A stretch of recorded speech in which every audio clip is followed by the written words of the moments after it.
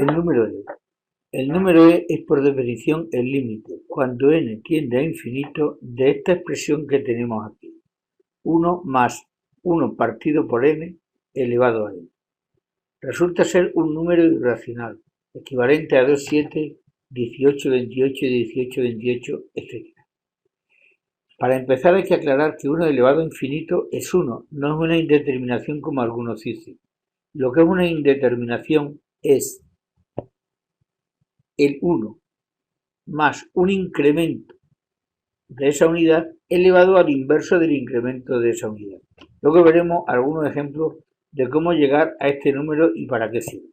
En realidad, cuando este número tiende a infinito, toda esta expresión va a tender a 1. Luego lo veremos con la calculadora.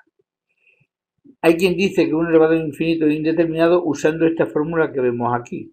1 elevado a infinito es igual a partido por a elevado a infinito. Ponemos a elevado a infinito partido por a elevado a infinito igual a infinito elevado a infinito indeterminado. Esto está mal. Esto es como quiere decir que 3 es igual a 4 porque 3 por 0 es igual a 4 por 0.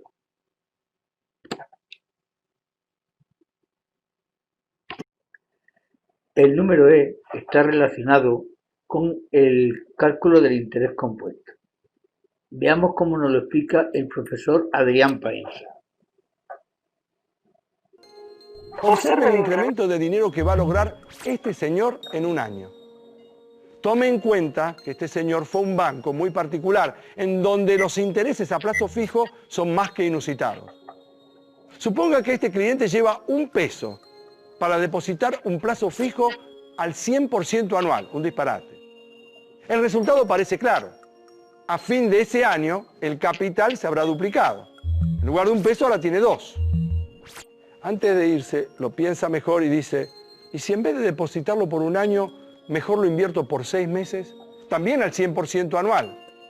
A los 6 meses, vuelvo, piensa el señor, retiro mi dinero con los 50 centavos que gané de interés y vuelvo a depositar la ganancia. Ahora pongo 1,50, el capital y la ganancia, y renuevo el plazo fijo a otros 6 meses.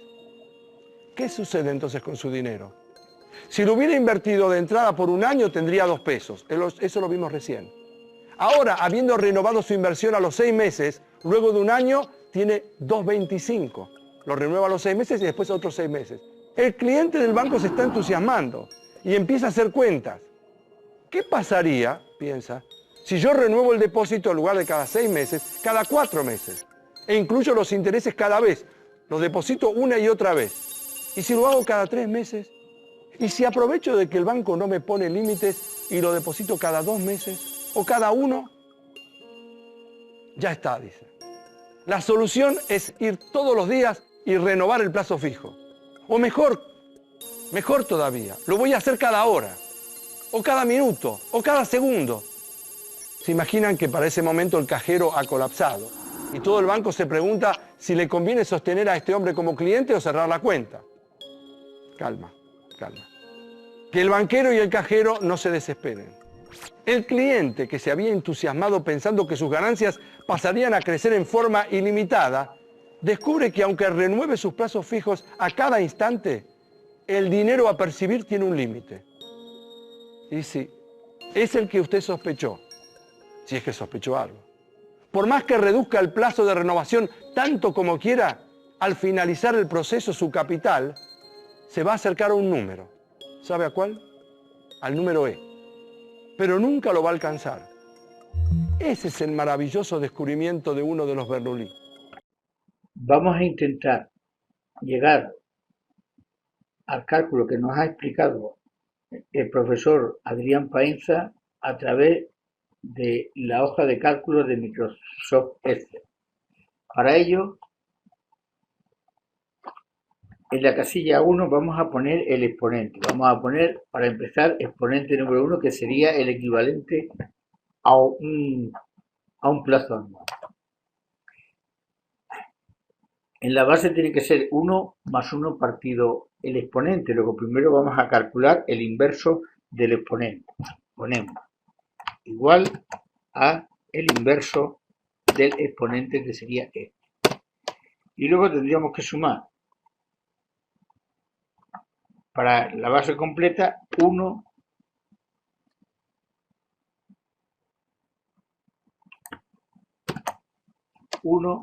más el inverso del exponente, que estaría aquí. Y por último, la potencia. Para eso utilizamos la función potencia A3. Habría que poner A3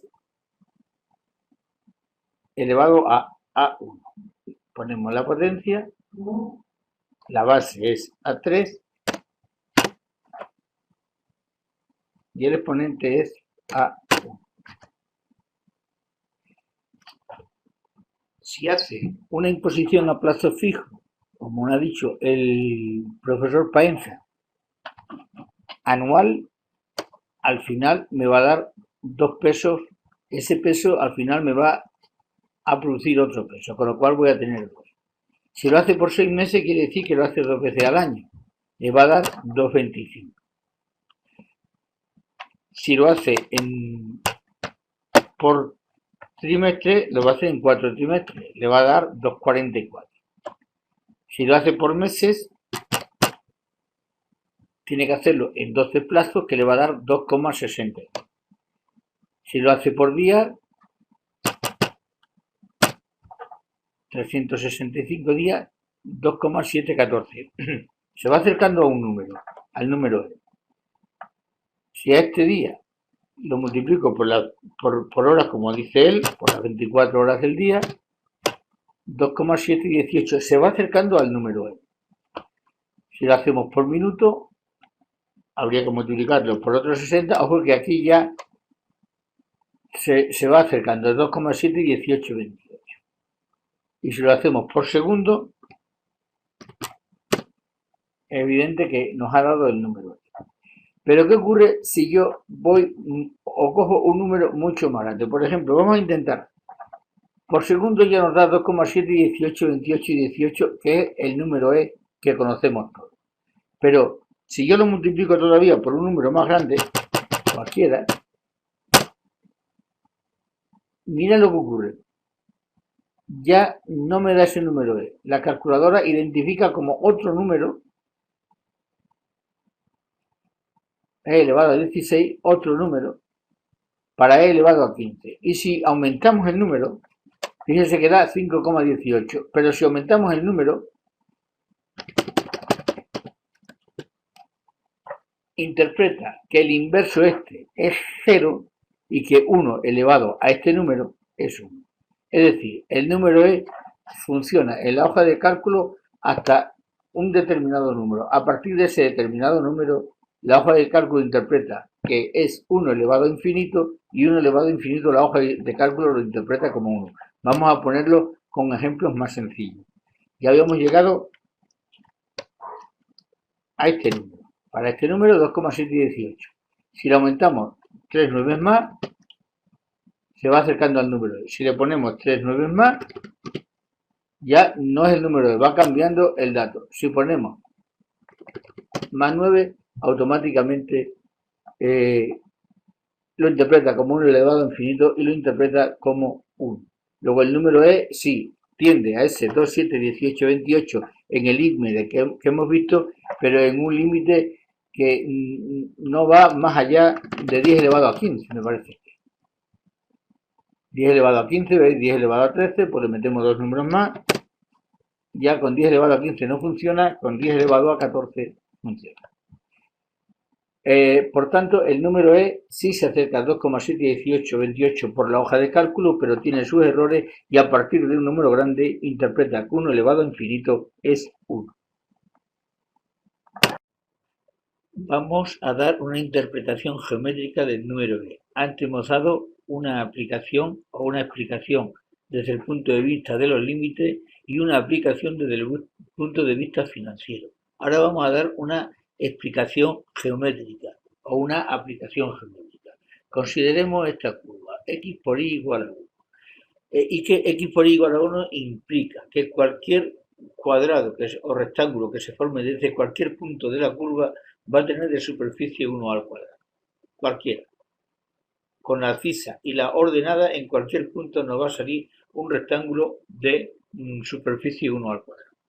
Se llama equilátera esta curva, hipérbola equilátera, porque es, y además simétrica a este eje, es simétrica, y también es simétrica a este otro eje.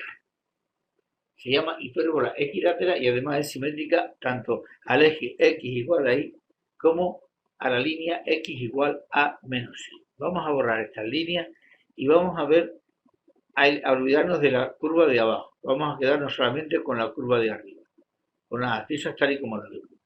Si consideramos el punto o la línea x igual a 1 e y igual a 1, observamos que desde este punto se ha trazado un cuadrado cuya superficie es una unidad al cuadrado. 1 por 1, 1 al cuadrado.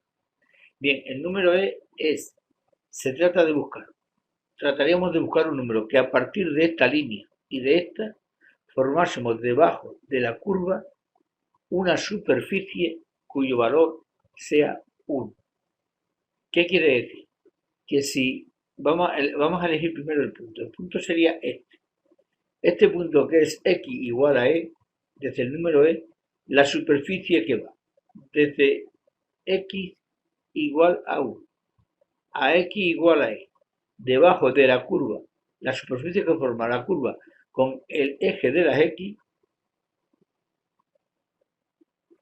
esta superficie tiene de valor 1.